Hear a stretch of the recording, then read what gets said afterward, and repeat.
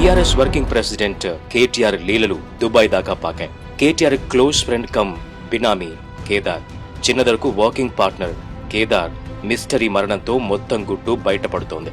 ఇక్కడ దోచిన సొమ్ము మొత్తం దుబాయ్లో పోగేశాడు కేటీఆర్. పైకి నీతులు, లోపల మాత్రం దుబాయ్ దందాలు.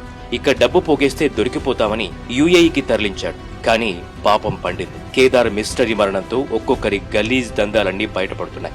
ఏ చండాల పనిచేసినా కలిసే చేసేవారు. కొకైన్ కొట్టినా, కోట్లు కొట్టేసినా జతగా చేశారు ఈ కవల దోస్తులు. కేటీఆర్ తరఫున కేదార్ దందాను దుబాయ్లో నడిపేవాడు. 10 ఏళ్లలో దోచుకున్న మొత్తం సొమ్ము హవాలా రూపంలో కేదార్ ద్వారా తరలించిన నీచుడు కేటీఆర్. దుబాయ్లో పీక్స్ లో ఉన్న రియల్ ఎస్టేట్ లో ఎక్కువగా పెట్టుబడులు పెట్టాడు కేటీఆర్.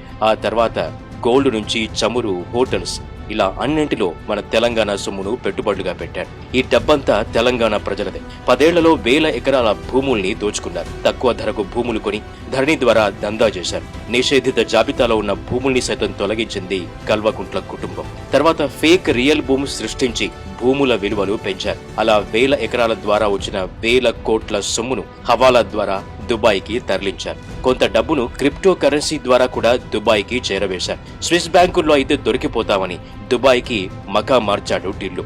అందుకు తన బినామీ అయిన కేదార్నాథ్తో మొత్తం రింగు నడిపించాడు కేటీఆర్. మిస్టరీగా మారిన కేదార్ మరణంలో 2 కోణాలు బయటపడుతున్నాయి.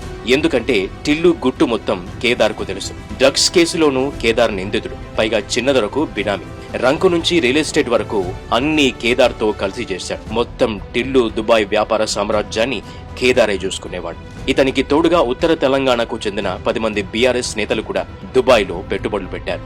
వారికి కోచింగ్ ఇచ్చింది కూడా కేటీఆర్. కానీ ఏం జరిగిందో తెలియదు.